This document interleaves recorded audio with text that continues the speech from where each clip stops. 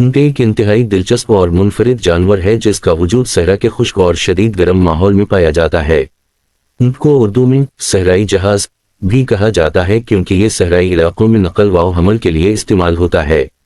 ان کی خصوصیات، زندگی کا انداز، خوراک اور تاریخی و ثقافتی اہمیت کے پہلوؤں کو 2000 الفاظ میں تفصیل سے بیان کیا جائے گا۔ ان کی اقسام اونٹوں کی دو اہم اقسام ہوتی ہیں۔ یک کوہان والا اونٹ کیملس ڈرومیڈاریس، یہ قسم زیادہ تر عرب ممالک، شمالی افریقہ اور مشرق وسطیٰ میں پائی جاتی ہے۔ اس قسم کے اونٹ کو عربی اونٹ بھی کہا جاتا ہے۔ ان کے جسم پر ایک ہی کوہان پشت پر موجود ابھار ہوتا ہے اور یہ گرم صحرائی علاقوں کے لیے زیادہ موزوں ہیں۔ دو کوہان والا اونٹ کیملس بیکٹرینس، یہ اونٹ زیادہ تر وسطی ایشیا اور منگولیا کے علاقوں میں پائے جاتے ہیں۔ اس قسم کے اونٹ کے جسم پر دو کوہان ہوتے ہیں جو انہیں سرد اور خشک علاقوں میں زندہ رہنے کے قابل بناتے ہیں۔ ان کی جسمانی خصوصیات، اونٹ کی جسمانی ساخت قدرت کی ایک نایاب مثال ہے جس میں اسے سخت ترین صحرائی حالات میں زندہ رہنے کے قابل بنایا گیا ہے۔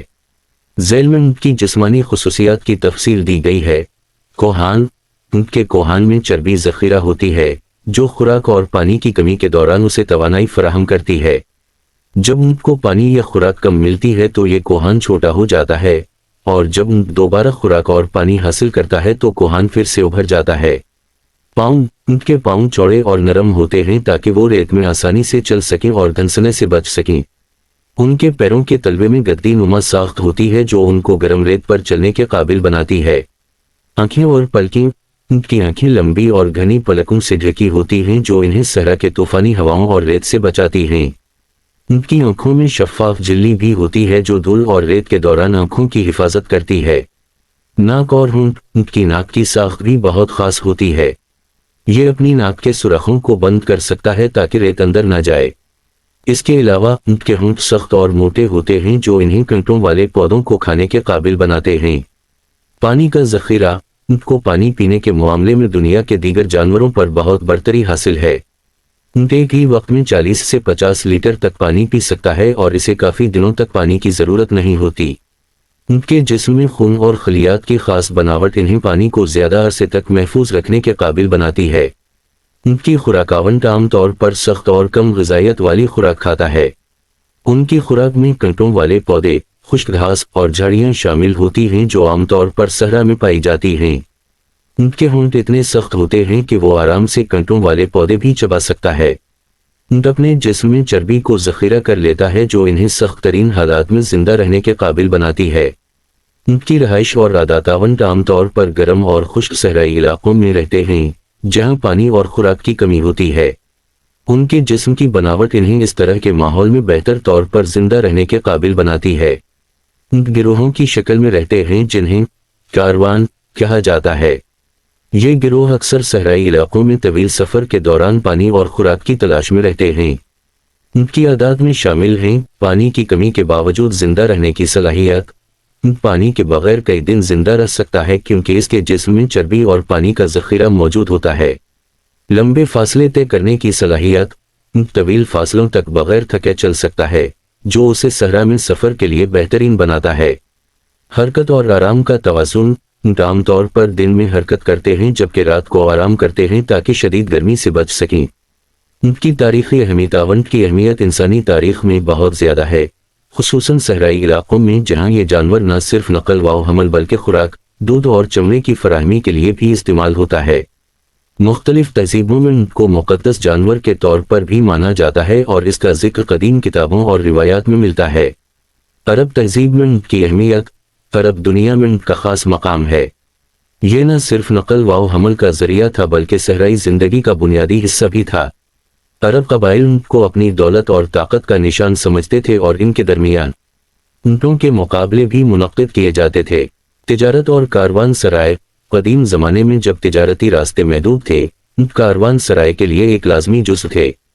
تجارتی قافلے صحراؤں سے گزرتے وقت اونٹوں کا استعمال کرتے تھے تاکہ مال اور سامان کو ایک جگہ سے دوسری جگہ منتقل کیا جا سکے۔ اونٹ کے دودھ اور گوشت کی غذائی اہمیت، اونٹ کا دودھ ایک مکمل غذائی ماخذ مانا جاتا ہے۔ یہ دودھ پروٹین، کیلشیم اور وٹامنز سے بھرپور ہوتا ہے اور اسے صحت کے لیے مفید سمجھا جاتا ہے۔ اونٹ کے دودھ کو صحرائی علاقوں میں غذائی قلت کے دوران استعمال کیا جاتا ہے۔ اونٹ کا گوشت بھی ایک اہم غذائی ذریعہ ہے۔ یہ گوشت ذائقے میں خاص اور غذائیت سے بھرپور ہوتا ہے اور صحرائی علاقوں میں لوگوں کے لیے ایک اہم خوراک ہے۔